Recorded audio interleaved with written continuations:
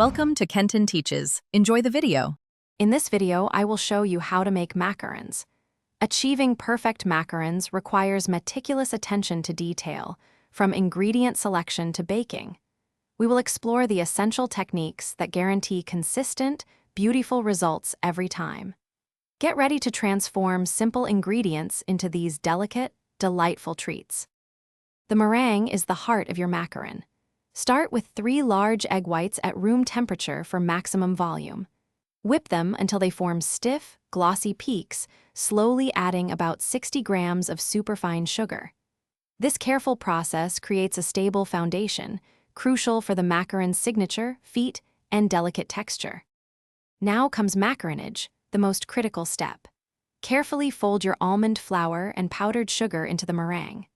The goal is a lava-like consistency, where the batter flows slowly and continuously off your spatula, forming a figure 8.